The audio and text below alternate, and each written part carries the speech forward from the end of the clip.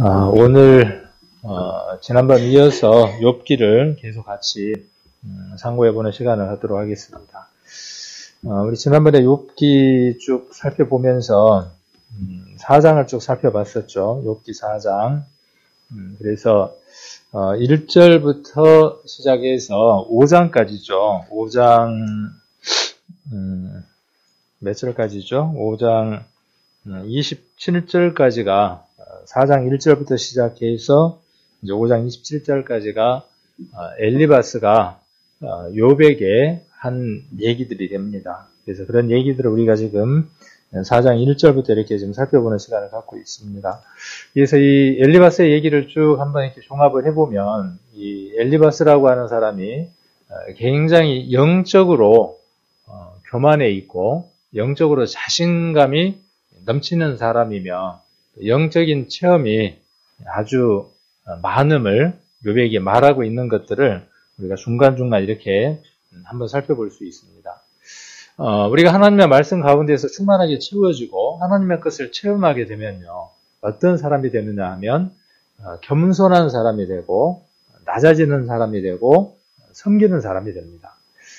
주장하거나 강하게 어떤 것들을 요구하는 사람이기보다는 겸손하게 엎드려서 먼저 섬기는 사람으로서의 모습들을 먼저 보여주게 되는 것이 성령이 온전하게 임한 사람의 모습일 겁니다. 그리스도께서 그러셨던 것처럼. 근데 반면 이 대만 사람 엘리바스는 그러지 않는 모습을 볼 수 있습니다. 굉장히 강하고 그리고 또 자기가 가지고 있는 일반화되어 있는 경험과 지식들로 상대방을 마음을 강하게 아프게 하는 그런 특징들을 갖고 있습니다. 그래서 아픈 곳을 찌르는 모습을 볼 수 있죠.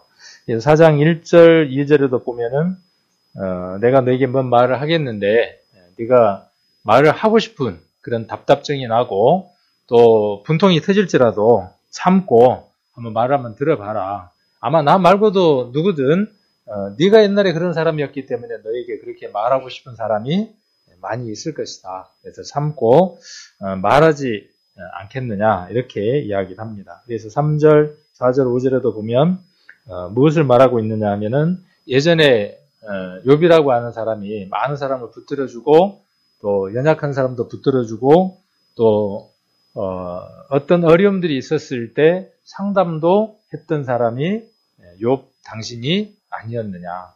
그런데 그런 일을 막상 자기 자신이 당하고 나니까 이제 앞에서 3장에서 이야기했던 것처럼 불평과 불만과 차라리 죽었으면 좋겠다고 그렇게 말하는 너의 모습을 보니까 참 답답하구나. 이렇게 지금 이야기를 하는 거죠.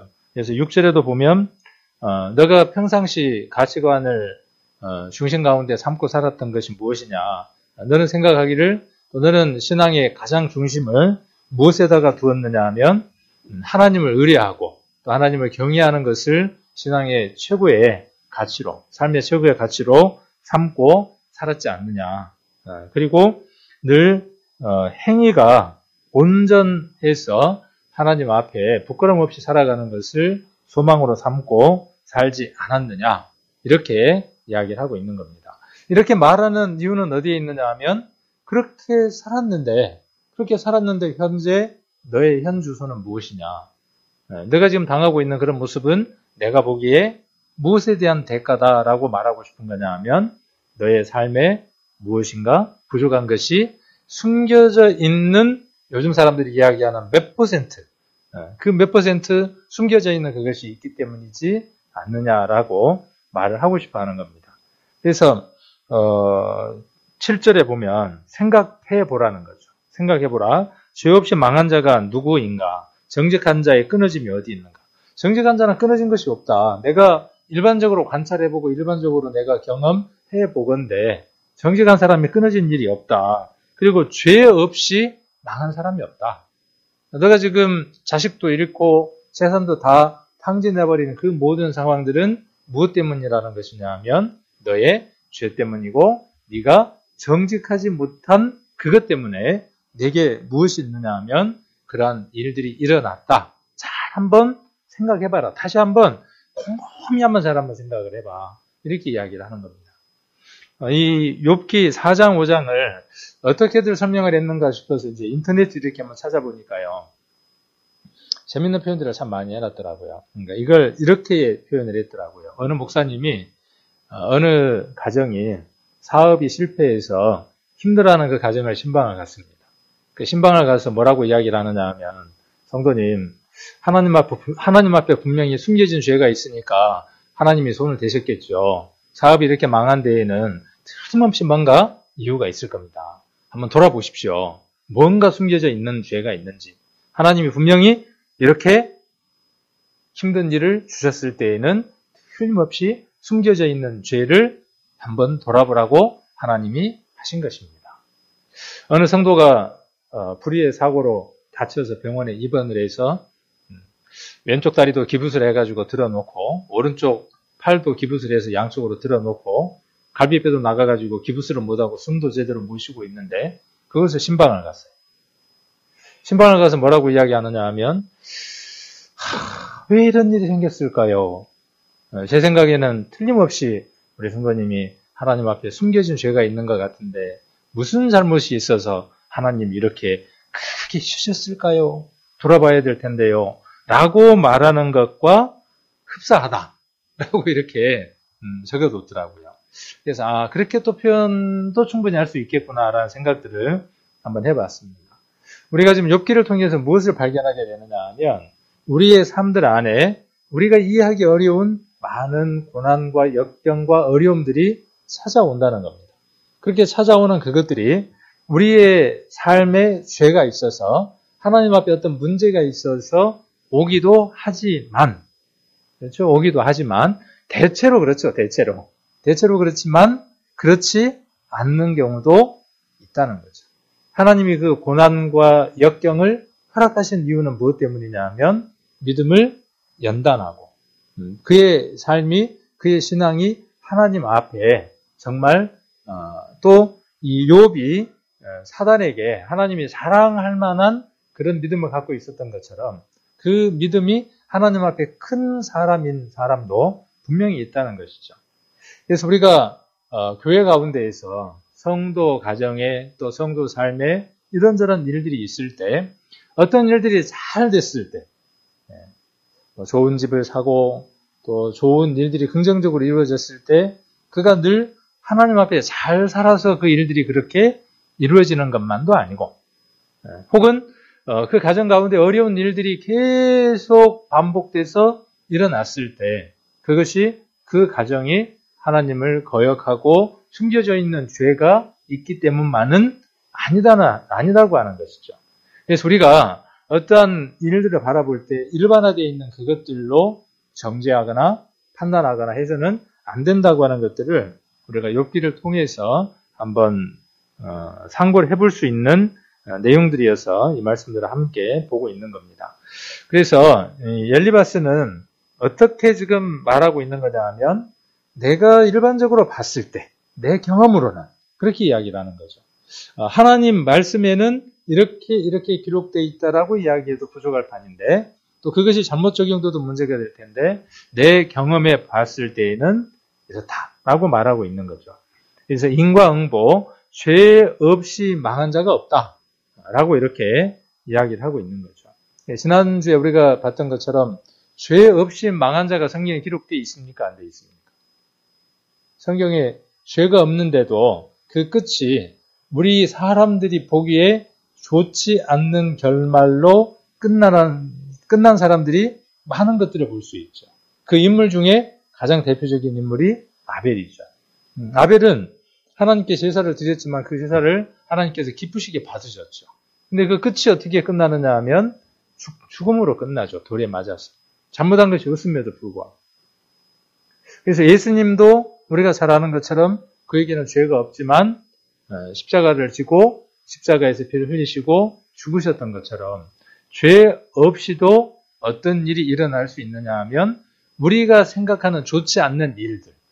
그러니까 우리는 우리 경험상 이러이러한 일들은 좋지 않는 일이라고 정의를 내려놓은 것이죠.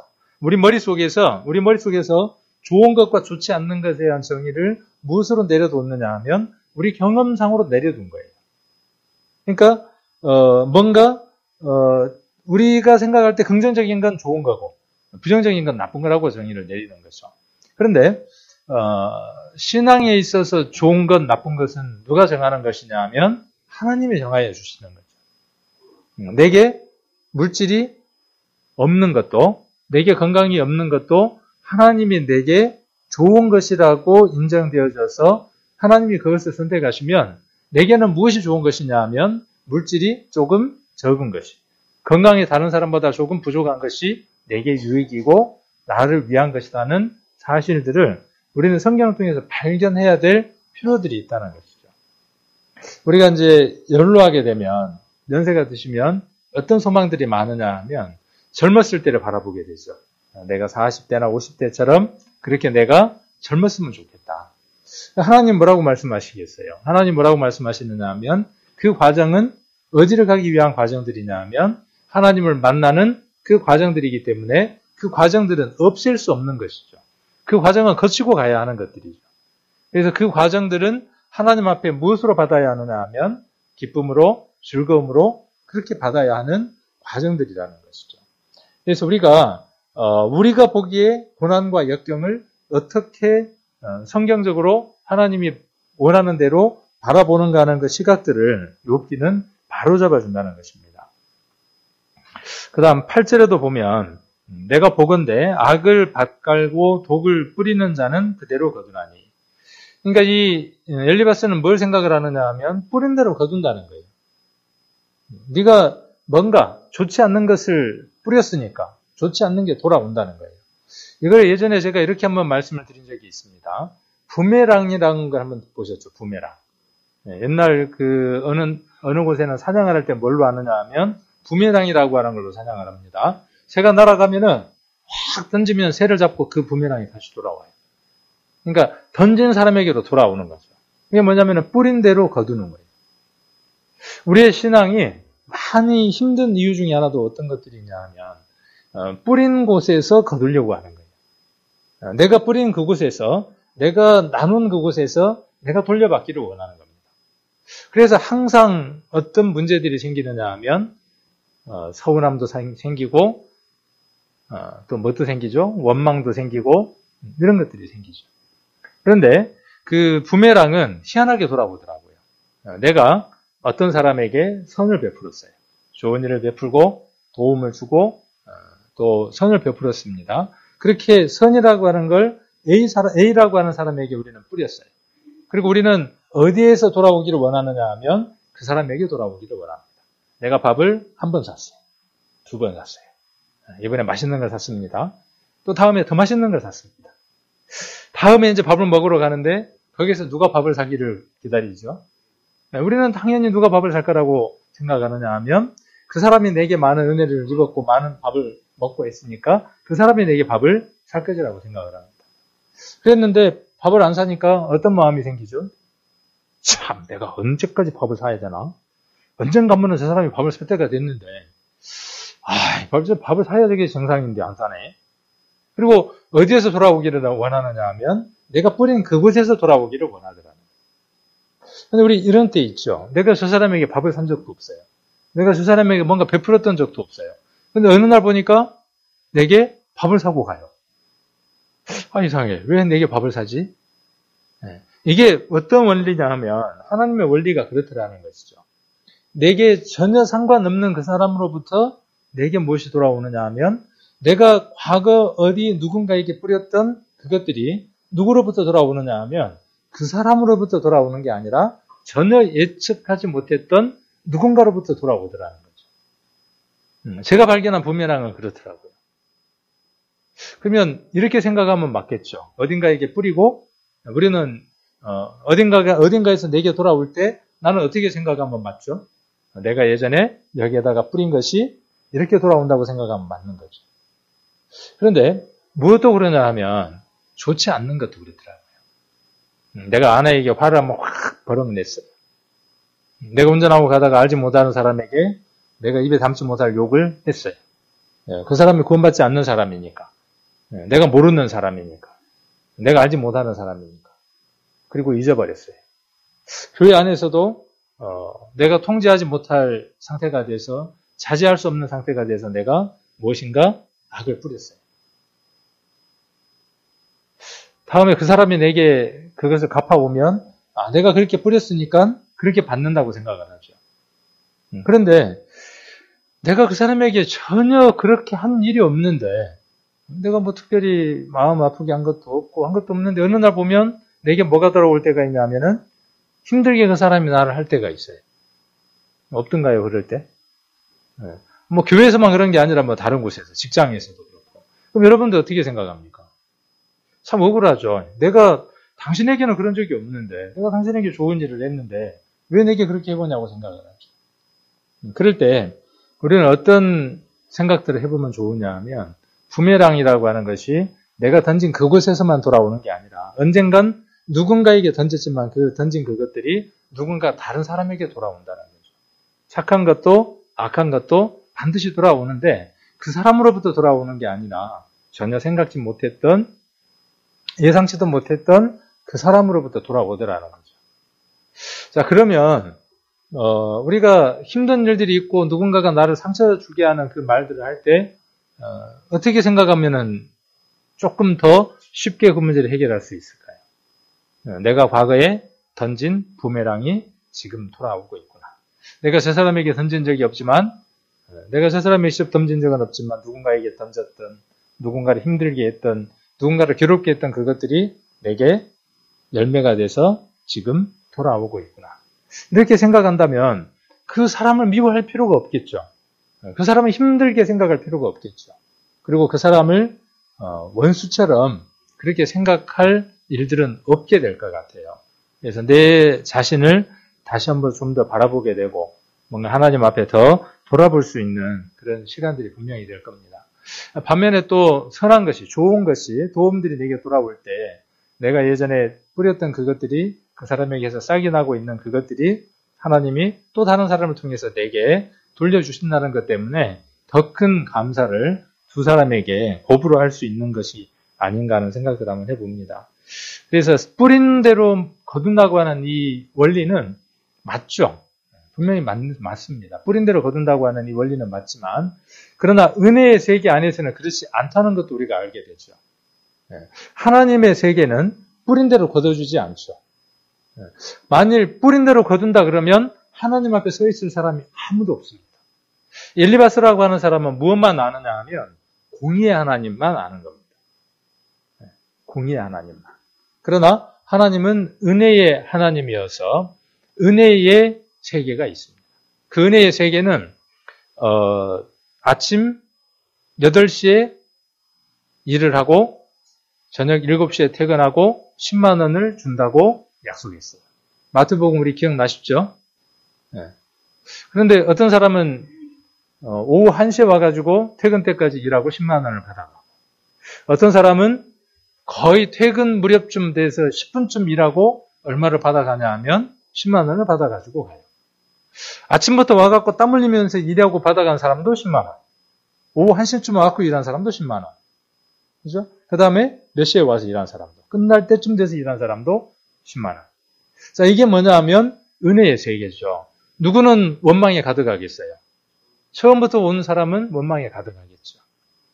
우리는 이것을 통해서 무엇을 알게 되느냐 하면 구약 때부터 양잡고 소잡고 해서 구원함을 얻었던 그 사람들이 바로 누구냐 하면 문 열자부터 일했던 사람들이죠. 그리고 언제까지? 예수님 오실 때까지. 그러나 지금 이 은혜의 시대에 마지막에 살아가는 누군가는 문 닫기 10분 전에 일해서 10만 원을 받아가는 아주 특별한 은혜를 누리는 사람도 있을 겁니다. 그 세계가 분명히 있다는 거죠. 저와 여러분은 그 은혜의 세계 속에서 일하지 않고 얻는 아주 특별한 은혜를 얻은 사람들입니다. 그리고 그 은혜의 세계 속에 누구든 들어갈 수 있죠. 우리가 주변에 있는 사람들을 그 은혜의 세계로 인도해 드릴 수 있는 아주 특별한 사람들이 있습니다.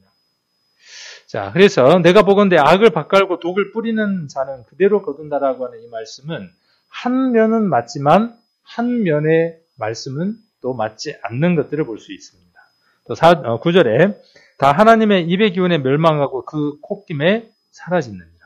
사자의 우는 소리와 사나운 사자의 목소리가 그치고 젊은 사자의 이가 부러지며 늙은 사자는 움킨 것 없어 죽고 암 사자의 새끼는 흩어지는구나. 이렇게 이야기를 하고 있죠. 그래서 이 하나님은 9절에 보면은 얼마나 무서운 분인가 하는 것을 9절부터 우리가 한번 살펴볼 수 있죠. 그러니까 이 엘리바스라고 하는 사람에게 하나님은 어떤 분이죠? 아주 무서운 분이죠. 그 콧기운만으로도, 입기운만으로도 멸망할 수 있는, 그리고 콧김에 사라질 만큼 하나님은 그렇게 크신 분이죠. 그렇게 능력 있는 분이죠. 우리는 이 하나님을 먼저 만났죠. 공의의 하나님, 심판하시는 하나님, 무서운 하나님을 우리는 먼저 만났습니다. 그리고 그 공의의 하나님과 심판의 하나님에게 심판되어져서 십자가에 매달렸습니다. 만일 예수님만 십자가에 못 박혔다면 우리의 죄는 그대로 있는 겁니다. 우리는 갈라디아서 2장 20절을 통해서 예수님과 함께 내가 그곳에 못 박혔다는 사실을 깨닫게 됩니다. 내가 그것을 인정을 하든 내가 그것을 몰랐든 내가 그것을 알든 상관없이 그 사람이 죄인이든 그 사람이 착한 사람이든 그 사람이 어떤 사람이든지 하나님은 제한하지 않고 모든 사람을 누구와 함께 십자가에 못 박으셨냐 하면 예수님과 함께 못 박으셨어요. 이것이 하나님의 은혜죠. 공의이기도 하고. 어느 사람은 그 공의의 하나님만 알고 살아갑니다. 구원을 받고 난 이후에도요, 여전히 그 공의의 하나님 때문에 두려워하는 사람도 있습니다. 그러나 어느 사람은 은혜 가운데에서 그 공의의 하나님을 만나면서 삶이 변화되어 가는 사람도 있습니다. 우리 루터가 그랬다 그러죠. 루터의 아버지가 굉장히 엄했다 그러잖아요. 번개가 치면 하나님이 화가 나서 번개를 치는 줄로 안 거예요. 그래서 의자 밑에 들어가서 발발발발 떨었다 그러잖아요. 그가 하나님의 은혜를 알고 공의의 하나님이 아닌 사랑의 하나님을 알고 십자가에 매달리신 그 예수님이 바로 그 공의를 행하시는 하나님이라는 사실을 깨닫고 은혜의 하나님이라는 사실을 깨닫고 난 이후에는 아버지에 대한 생각도 공의에 대한 하나님의 생각도 바뀌었다고 합니다. 지난번에도 잠깐 말씀드렸던 것처럼 예수님은 우리가 실패하거나 넘어지거나 또는 죄를 범할 때에 왜 여전히 그렇게 그 자리에 머물러 있냐라고 우리에게 책망하시기보다는 그래도 한 발이라도 뛰어서 그렇게 살아가 보려고 하는 우리를 용기를 내게 하고 붙들어 준다는 사실을 우리는 말씀을 통해서 바라봐야 할 필요가 있죠. 그래서 베드로 얘기를 했죠. 베드로가 물 위로 걸어왔을 때 만일에 공의의 하나님, 공의의 예수님이라면 이렇게 말씀하셨겠죠. 네가 물 위로 걸어오다가 왜 의심을 하였느냐. 이렇게 책망하는 음성으로 우리가 들을 수 있지만 은혜의 예수님, 은혜의 하나님으로 그 말씀을 우리가 묵상하라고 바라본다면 네가 어떻게 그 누구도 생각해보지 못하는 그렇게 특별한 생각을 해봤느냐. 물 위로 걸을 것이라는 그 생각을 어떻게 해봤어? 야, 대견하다. 그런 설명은 자세하게 없지만 야, 네가 물 위로 걸어왔다는 그 사실, 그것도 한 발도 아니고 몇 발을 걸어갔을까요? 한번 그 장면 한번 여러분 떠올려 보세요. 한번. 인류 역사상 예수님 외에는 있을 수도 없었던 그 일. 걸었죠. 그리고 누구에게로 왔어요? 예수님에게로 가까이 와서. 그러다가 풍랑을 보고 의심해서 물속으로 빠져들어가는 자신을 바라보았던 베드로. 그에게 예수님은 책망했기보다는 조금 더라고 하는 그 아쉬움을 은혜의 말씀에 섞어서 우리에게 말씀하셨겠죠. 우리도 여전히 마찬가지라는 것이죠. 우리도 여전히 우리에게 있을 수 없는 일들 우리는 하죠. 지난번에도 그런 말씀을 드렸지만 이 산을 명하여 바다에 빠치우리라 이렇게 명했을 때 이루어질 것이다 그랬죠. 우리는 도저히 할 수 없는 일들이에요. 우리에게는 일어날 수 없는 그 일들을 우리는 매일 해나갑니다. 사람이 변한다는 거 쉬울 것 같아요. 사람이 변한다는 건요, 좀처럼 어려운 일입니다. 술을 끊는다는 것, 담배를 끊는다는 것, 내가 습관적으로 늘 해왔던 그 어떤 것들을 끊고 하나님이 기뻐하시는 그 일들을 한다는 것, 이것은 마치 무엇과도 같으냐면요, 여기 앞에 큰 산 하나가 지금 깎여가지고 다 사라지고 공터가 만들어지고 있죠. 그거보다도 더 큰 일들입니다. 수십 대의 장비들이 들어서 많은 시간이 지나야만 거기에 공터가 만들어질 수 있습니다. 그러나 우리는 어떻게 할 수 있어요? 우리는 어떻게 할 수 있는 사람들이냐 하면 내게 산처럼 고집덩어리, 변화되지 않는 그 모든 것들, 산더미 같은 게 있어요. 해결이 안 되는 그것들이 있어요. 그것이 술이든 담배든 무엇인지 상관이 없습니다. 그걸 두고 명하여 볼 수 있는 마음. 명하여서 어떻게 말하면 바다에 빠쳐라. 그렇게 명했을 때 믿음대로 될 수 있는 사람들이 우리라는 것이죠. 우리는 그걸 어디에다가 자꾸 적용을 시키느냐 하면 진짜 산 이렇게 보는 거죠. 그러나 우리 속에다가 한번 들여다보세요. 그보다 더 가치 있는 일이 어떤 일이냐면요. 우리가 변화된다는 것은요. 저기 산 하나가 없어지는 것보다 더 가치 있는 일입니다. 우리가 하나님의 모습을 닮아간다는 그 모든 과정들은 하나님 앞에 얼마나 가치 있고 얼마나 큰 일인지 모릅니다. 자, 그래서 이 엘리바스는 두려움의 하나님으로 알았지만 하나님은 그런 하나님이 아니다는 것을 우리가 너무나 잘 알고 있습니다.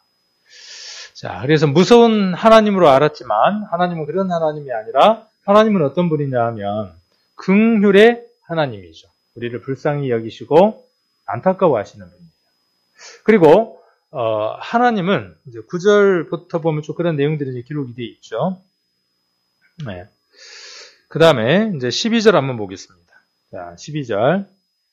자, 그래서 지금 엘리바스는 자기의 신앙 안에서 하나님이 어떤 분인가 하는 것들을 경험하고 그 경험대로 지금 욥의 삶에 대해서 지금 이야기하고 있는 거죠. 욥에 대해서 지금 충고를 하고 있고 말해주고 있는 겁니다. 12절부터 16절 또 뒤에까지는 뭘 이야기하고 있느냐 하면 아주 특별한 영적 체험에 대해서 이야기를 하고 있는 겁니다. 우리도 신앙생활을 해 나가다 보면 다른 사람에게 없는 특별한 체험들이 있죠. 그리고 그 체험들을 가지고 뭘 하느냐 하면 내가 신앙생활을 하다 보니까 이러이러한 경험들이 있어. 너도 이러이러한 체험들이 중요해. 이런 것들 한번 경험해 봐야 돼. 이렇게 이야기할 때들이 있죠. 자, 그런 내용들을 12절부터 이야기를 하고 있습니다. 자, 무슨 말씀이 내게 가만히 임하고 그 가는 소리가 내 귀에 들렸었나니. 들렸었나니 그러니까 뭔 얘기죠? 들렸었나니. 과거 얘기를 하는 거죠. 자기 신앙 체험을 하는 겁니다. 뭔 소리를 들었을까요? 뭔 소리를 들었겠어요? 뒤에 답이 나와 있습니다. 뒤에 보면은. 자, 그 다음 13절에 곧 사람이 깊이 잠들 때쯤 하여서니라. 내가 그 밤에 이상으로 하여 생각이 번거로울 때에 두려움과 떨림이 내게 이르러서 모든 골절이 흔들렸었느니라. 이런 때가 있었나 봐요. 이 사람에게. 때로는 사람들에게 이런 때가 또 있을 때도 있죠. 또 영적인 체험을 이야기할 때 이렇게 또 간증하는 사람들도 있어요. 내가 이런 상태가 됐는데, 잠도 못 자고 힘든 상태가 됐는데, 이렇게 이거 이제 대충 그런 얘기지 알겠죠, 지금. 깊이 잠들 때쯤.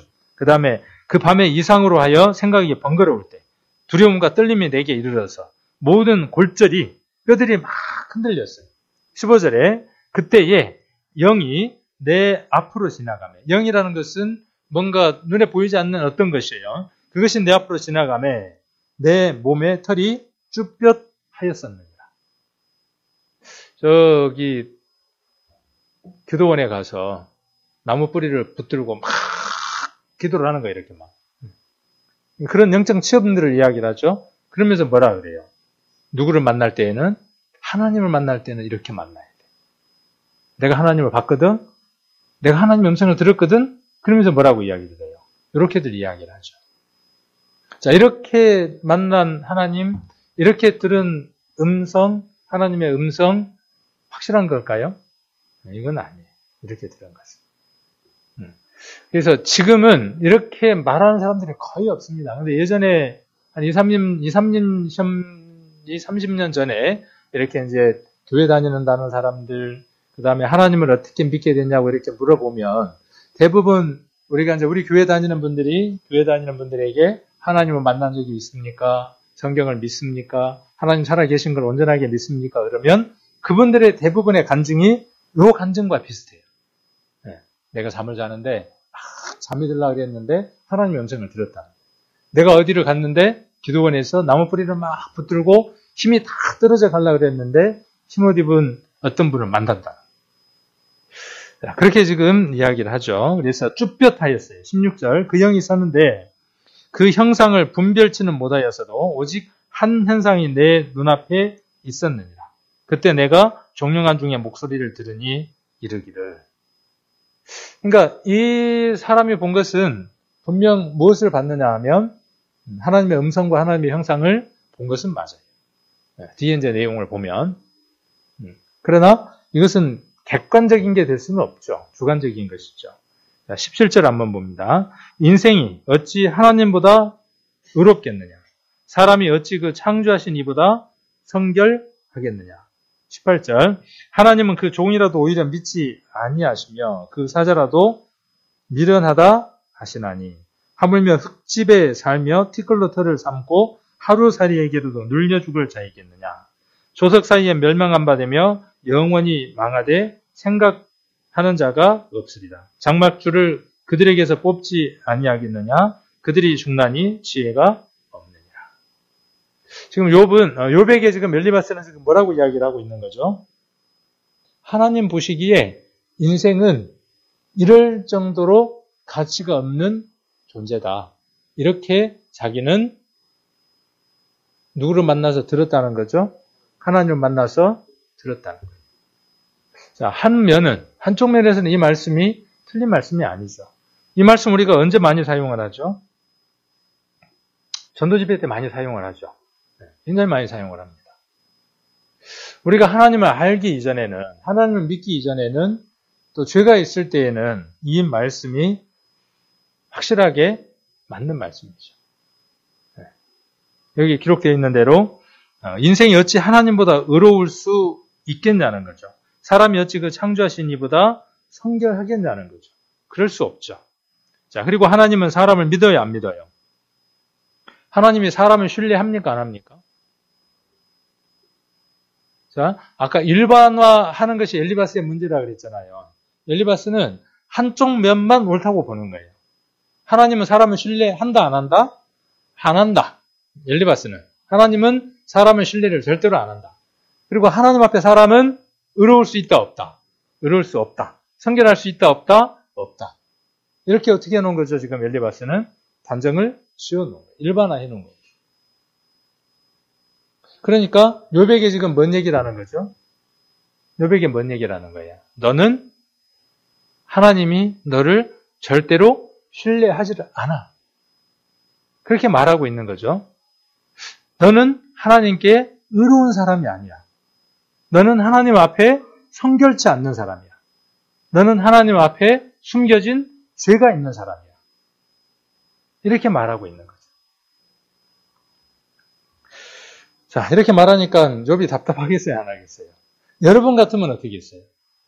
자, 우리가 전도 집회 때 말씀을 듣고 나서요. 십자가에 못 박힌 예수 그리스도가 내 자신이라는 걸 알게 됩니다. 그리고 나의 모든 죄의 값이 이미 십자가에서 다 치러졌다는 사실을 깨닫게 됩니다. 내게 죄가 남겨진 것이 없고 더 이상 죄로 말미암아 하나님 앞에서 고민할 필요가 없다는 사실을 깨닫게 됩니다. 아멘 하시죠? 그래서 어떻게 자랑을 하고 다녔습니까? 지금 우리가 이야기한 대로 자랑을 하고 다녔죠. 자랑을 했어요. 구원받았다고 이야기를 했어요. 그랬더니 사람들이 누구처럼 이야기를 했어요? 엘리바스처럼 얘기를 했죠. 그렇죠? 그러면서 뭐라고 이야기를 했어요? 이단이다 그랬어요. 누구를 두고요? 우리를 두고. 엘리바스가 지금 누구를 두고 말하는 것처럼요. 욥을 두고 말하는 것처럼 욥에게 지금 엘리바스가 뭐라고 이야기하는 거냐 하면은 너는 하나님 앞에 의롭지 않는 사람이야. 성결치 않는 사람이야.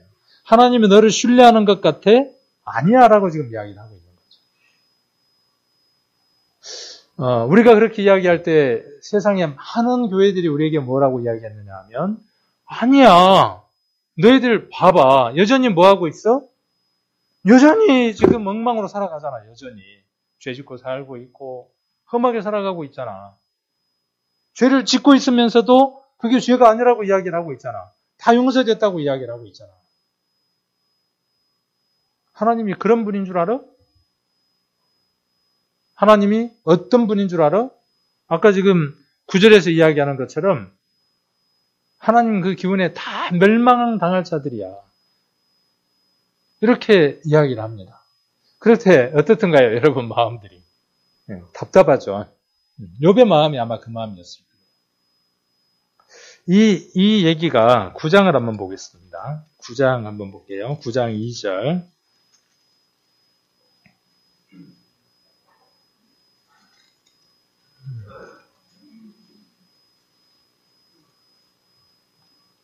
자, 9장 2절은 내비두고 15장을 한번 볼게요. 15장 14절. 네. 15장으로 가서 이것도 우리가 전도집회 때 많이 봤던 말씀이죠. 욥기 15장 14절입니다.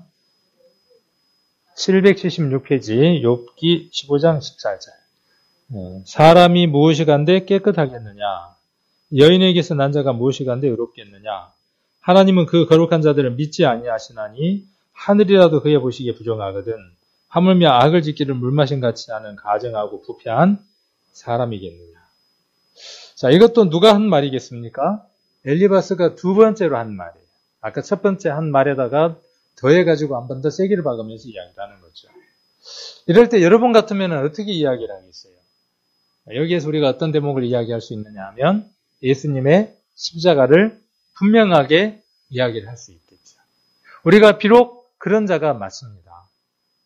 그래서 9장 2절에 보면 욥이 뭐라고 답을 하느냐 하면 이렇게 답을 합니다. 9장 2절에 욥이 대답하여 가로되 내가 진실로 그 일이 그런 줄을 알거니와 인생이 어찌 하나님 앞에 의로우랴.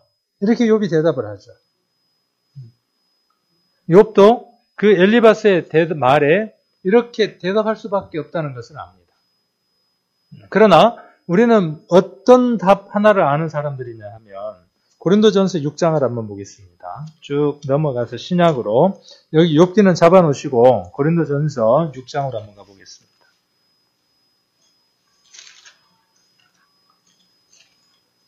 고린도전서 6장 11절.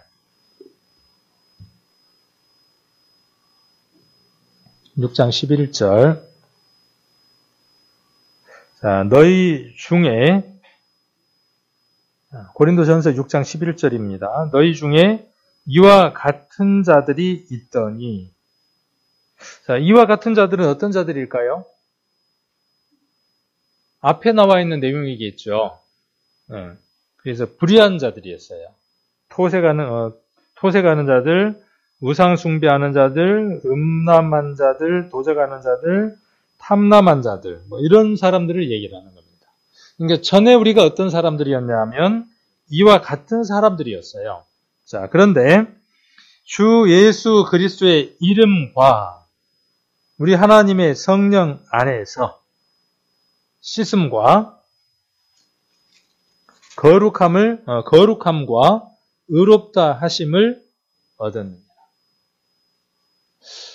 엘리바스는 욥의 그 모습 가운데에서 무엇만 바라보는 사람이었느냐 하면 이미 이렇게 그리스도 안에서 깨끗해져 버린 욥, 변화되어 버린 욥, 하나님이 의롭게 바라봐 주시는 욥, 그 욥을 보지 못하고 무엇만 보느냐 하면 그리스도로 말미암아 죄값이 치러지기 이전의 욥을 보는 거죠.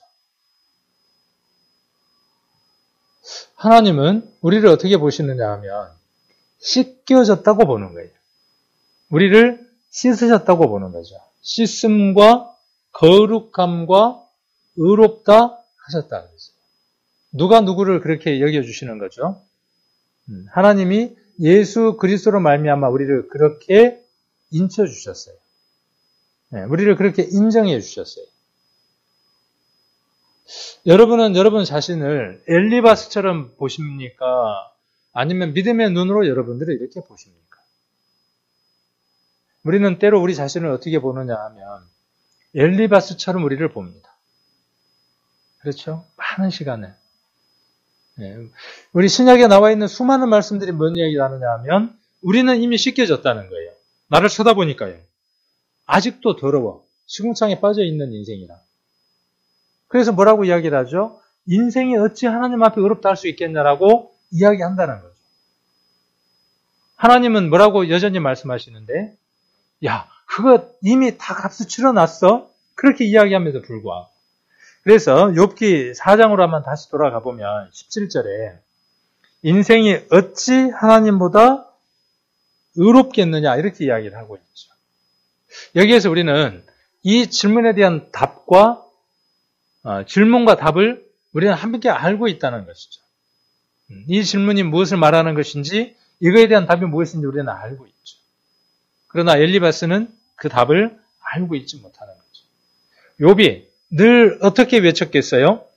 나는 하나님 앞에 의로운 자다. 만일 하나님이 욥을 신뢰하지 않았다면 욥기는 기록되지 않았습니다. 그렇죠? 제가 말씀드린 이 전제가 맞을 겁니다. 왜 그러냐 하면 욥의 그 믿음과 욥의 그 행위와 욥의 삶이 하나님 앞에 충분히 자랑스러웠고 신뢰할 만하고 사랑스럽고 믿었기 때문에 누구에게요? 사단에게 뭐 한 거죠? 자랑을 한 거죠. 자랑한 겁니다. 그것에 대한 진행들이 욥기의 진행들이죠. 하나님은 우리를 신뢰하실까요? 늘 불안해하실까요? 믿음은 이게 믿음인 거예요. 나는 나를 볼 때 신뢰가 돼요, 안 돼요? 나는 내가 볼 때 내가 신뢰가 안 돼요. 그런데 이 말씀을 통해서 우리를 바라볼 때 우리는 우리를 신뢰할 수 있는 사람으로 바뀌어지는 거죠. 내가 나를 신뢰할 수 있는 사람으로 바뀌어지는 거예요. 왜? 무엇의 눈으로 보니까요? 하나님이라고 하는 그 믿음의 눈으로 우리를 바라보니까. 그런데 엘리바스는 욥에게 지금 뭐라고 이야기하는 거예요? 하나님이 너 믿는 줄 알아? 사단의 그 송사와 비슷하죠. 하나님 너 믿을 것 같아? 18절에 그 얘기를 하는 거죠. 하나님은 그 종이라도 또 누구라도요. 그 사자라도 천사라도 그죠? 사자, 종이나 천사, 사자 같은 얘기들이죠. 하나님의 부름을 받은 그 일꾼이라고 할지라도 부름을 받는 천사라고 할지라도 하나님이 믿는 줄 알아? 그러니까 하나님은 어떤 분이에요?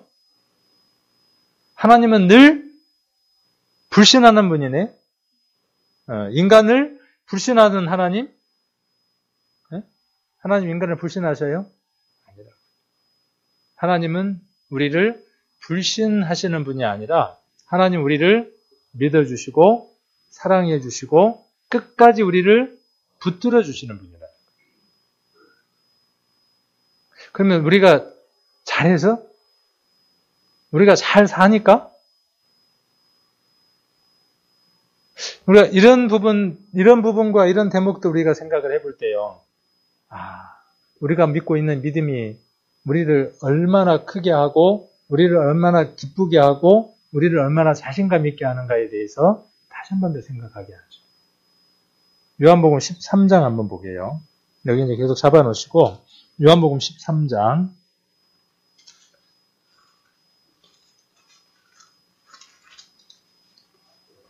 1절 같이 한번 읽겠습니다. 요한복음 13장 1절. 같이 한번 읽겠습니다. 6월절 전에 예수께서 자기가 세상을 떠나 아버지께로 돌아가실 때가 이른 줄 아시고 세상에 있는 자기 사람들을 사랑하시되 끝까지 사랑하시니라. 예수님이 세상에 있는 사람들을 사랑하시되 얼만큼 사랑하신다고요? 그러면 여기에 유다는요? 그 뒤에 바로 유다 얘기가 나오거든요. 예수를 팔 유다까지도 예수님은 어떤 분이냐 하면 끝까지 사랑하십니다. 끝까지. 유다가 이 예수님의 사랑을 믿고 베드로처럼 돌이켰다면 그도 큰 인물이 되어서 성경에서 크게 기록에 남는 인물이 됐을 겁니다. 그가 예수를 팔았던 죄까지도 예수님은 십자가에서 담당하셨죠. 베드로가 3번 예수님을 저주하면서 부인할 것까지도 예수님이 십자가에서 지셨던 것처럼 죄로 친다면 누가 더 크냐 하면은 베드로가 훨씬 더 커요. 어떤 의미로 보면. 오히려 더 양심적이고 오히려 더 깨끗하게 살아가려고 했던 사람은 누구라고 평가해 볼 수 있냐 하면 유다라고 평가해 볼 수 있습니다. 그러나 자기 자신에게 흠없게 살아가려고 했던 그것이 그로 하여금 그를 발목 잡게 하죠. 그것을 우리는 무엇이라고 이야기하느냐 하면 자기의라고 이야기합니다. 우리는 넘어질 수밖에 없는 인생이고 여전히 실패할 수밖에 없는 인생이라는 사실이죠. 그러니까 실패해도 되고 넘어져도 되고 엎어져도 된다는 뜻이 아니라 그런 모든 것들로부터 우리를 강하게 하고 그것들이 반복되지 않게 하는 능력이 누구에게 있다는 것을 우리에게 알려주시느냐 하면 믿음이 그리스도에게 있다고 알려주시는 거죠. 베드로는 후에 어떤 인물이 되었던 것을 우리는 알죠. 그렇게 연약하고 그렇게 나약한 인생이었어요. 사람들 보기에 신뢰할 만한 그러한 가치가 없는 사람이었지만 그가 후에는 어떤 모습으로 영광을 돌렸는지를 우리는 너무나 잘 알죠. 그렇게 연약한 사람이었지만 계집종 하나의 말 때문에 그렇게 저주하면서까지 내가 그를 알지 못한다고 이야기했던 그렇게 연약했던 베드로. 그러나 그 안에 누가 계셨을 때요. 그리스도가 계셨을 때 그는 연약한 자가 아니었죠. 저와 여러분이 그런 사람이라는 것이죠. 저와 여러분이. 근데 엘리바스는 지금 뭔 얘기를 하는 거예요? 너는 그런 사람이 아니다라고 계속 이야기를 하는 거죠. 자, 다시 욥기 돌아가서 그래서 4장을 보시면 이 얘기를 하고 있는 겁니다. 그래서 하나님은 우리를 믿지 않는 분이 아니고 우리를 신뢰하시는 분이고 우리를 사랑하시는 분이죠. 우리가 하나님을 신뢰해야 되는 줄로만 알았잖아요. 그리고 우리는 하나님을 신뢰하죠. 믿죠. 근데 오늘 우리가 어떤 사실 하나를 알았느냐 하면 하나님이 우리를 믿어주신다는 것. 하나님 우리를 신뢰하고 우리를 끝까지 사랑하신다는 것.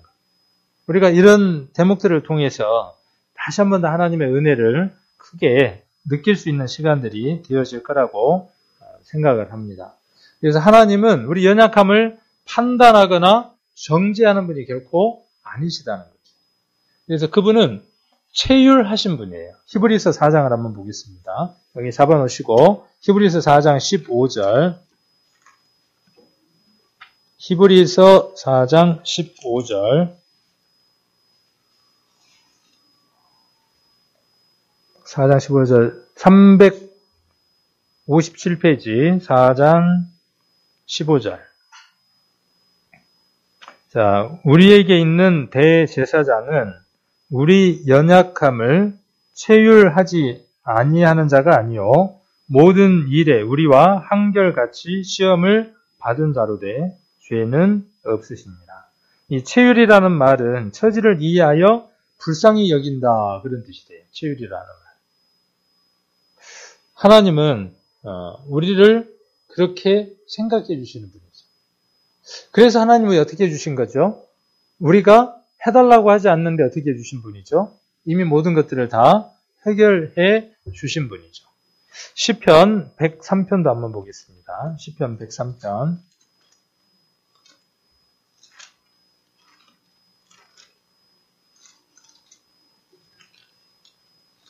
시편 103편 10절.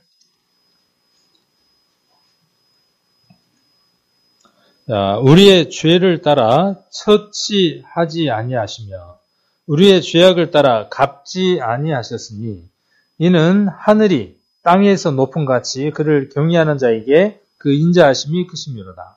동이 서에서 먼 것 같이 우리 죄가를 우리에게서 멀리 옮기셨으며 아비가 자식을 불쌍히 여김 같이 여호와께서 자기를 경외하는 자를 불쌍히 여기시나니 이는 저가 우리의 체질을 아시며 우리가 진토임을 기억하심이로다. 예수님이 하나님이 어리석은 분이 아니죠. 지금까지 지은 죄는 십자가에서 해결하시고 앞으로 짓는 죄는 너희 노력으로 해결해라. 그렇게 하시면 될 것 같았다면 하나님이 어떻게 해놓으셨겠어요? 성경에 그렇게 기록해 놓으셨겠죠.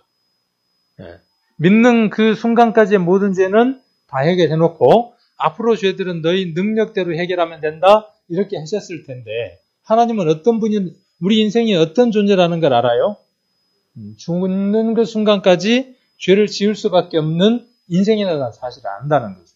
그래서 우리가 원치 않을 때 우리가 이미 그 사실을 알고 있기 이전에 하나님은 우리를 어떻게 해놓으셨느냐 하면 죄와 거리를 멀게 해놓으셨다는 거죠. 여기 표현이 아비가 자식을 불쌍히 여김 같이 그랬어요. 이 표현이 얼마나 우리에게 쉬운 표현인지 모릅니다. 아버지가 자식을 불쌍히 여기는 그 마음으로. 부모는 자식에게 필요한 것 이상으로 자식이 필요해서 달라고 하기 이전에 채움을 주는 존재가 누구냐 하면 부모예요. 아비예요. 제가 우리 요림이한테 불만이 하나가 있어요. 얘가요.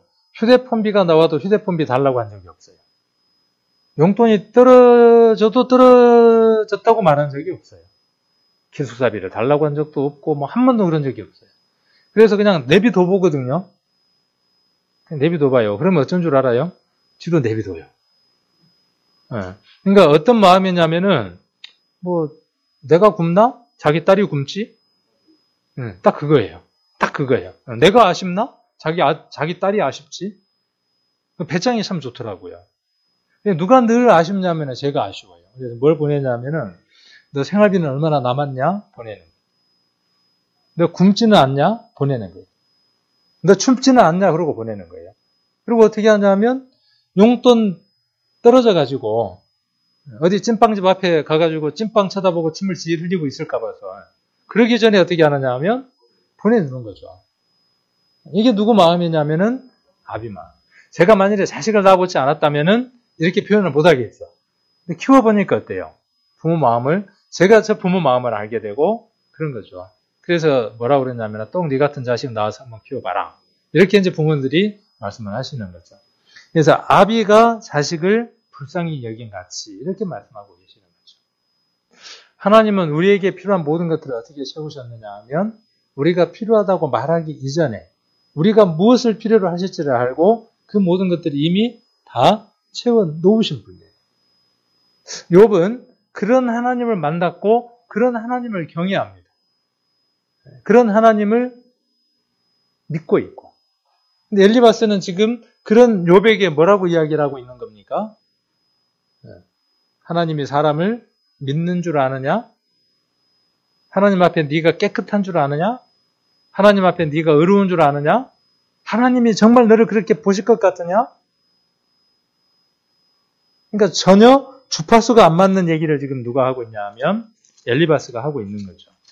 자, 욥기로 다시 돌아가서 자, 그래서 1절부터 5장 1절부터 보면 이제 뭔 얘기를 하느냐 하면 다시 엘리바스가 욥을 정죄하는 내용이에요. 자, 한번 부르짖어 봐라. 한번 부르짖어 봐라. 네가 그렇게 부르짖을 때 응답해 주는 거 한번 부르짖어 봐라. 그렇게 지금 이야기를 하는 겁니다.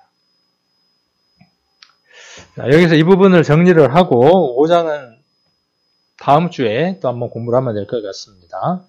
자, 우리가 이 4장에 또 5장에 나와 있는 이 엘리바스가 욥에게 해주는 그 권면, 상담 이런 것들을 통해서 우리가 다른 성도의 어려움과 힘든 일들이 있을 때 우리는 어떻게 그들을 도와야 하고 어떻게 상담하고 어떻게 권면해야 하는 것들을 한번 지혜를 얻어볼 수 있죠.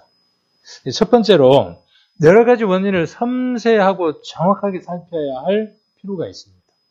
어느 성도를 권면하고 어느 성도에게 교제해 줄 때, 또 상담을 해줄 때 그 얘기를 귀담아 들으면서요, 그것이 어떤 원인 때문에 그런 일이 있었는가를 섬세하고 정확하게 살필 필요가 있어요. 그래야 뭘 할 수 있느냐 하면 처방을 제대로 내려줄 수 있으니까. 그 다음에 자신의 경험으로 성급하게 일반화하면 안 된다는 거죠. 아까 엘리바스는 어떤 체험을 갖고 있었어요? 내가 막 골이 떨리고 잠이 들락말락하고 막 그런 상황에서 누구를 만났다는 거예요? 하나님을 살짝 만났는데 그 하나님은 이런 하나님이더라는 거예요. 그리고 이렇게 말씀하셨다는 거예요. 그러니까 내 경험에는, 내 삶에는 하나님이 이렇게 말씀하셨는데 그 말씀을 내가 그대로 토대를 해보건대 네게도 이 말씀이 이렇게 맞는 것 같아 라고 말하는 실수를 범할 수도 있다는 거죠. 지금 엘리바스가 말하고 있는 4장과 5장은 그런 내용들을 주로 다루고 있는 거죠. 자, 그리고 그 상황에 맞는 말씀을 공급해야 합니다. 그 사람에게 맞는 말씀이 있어요. 그러려면 우리가 많은 말씀을 알고 있어야 하겠죠. 그 다음, 은혜의 하나님, 우리를 신뢰하시는 하나님을 발견하게 해줘야 돼요. 그 사람의 죄, 그 사람의 부끄러운 부분, 그 사람의 치부, 그 사람의 문제가 있는 부분, 그 부분을 강력하게 드러내고 지적해주고 깨닫게 해주는 것이 중요한 게 아니라 그건 이미 알아요. 그렇죠? 그건 이미 알고 있잖아요. 근데 우리가 해줘야 될 것은 무엇을 해줘야 하느냐 하면 그럼에도 불구하고 하나님은 우리를 사랑하신다는 것. 아까 우리가 요한복음 13장 1절에 기록되어 있는 것처럼 끝까지 사랑하신다는 것. 욥을 하나님이 자랑스러워하신다는 것. 하나님 우리를 끝까지 믿으신다는 것. 언제까지 믿으시죠? 그렇죠. 끝까지 우리를 믿으신다는 거예요. 그러면 그분 앞에 그가 어떻게 해야 할 것인가 하는 것은 그가 스스로 알게 되겠죠. 우리가 성도와 성도 사이의 교제들이 이렇게 만나졌을 때, 교제가 되어졌을 때 회복되어지고 그 다음에 기쁨이 충만해지고 그 사람의 얼굴이 환하게 바뀔 수 있다는 거죠. 5장은 또 엘리바스가 어떻게 그 욥에게 이야기했는가를 잘 한번 살펴보시고 다음 주에는 5장을 한번 살펴보는 시간을 갖도록 하겠습니다.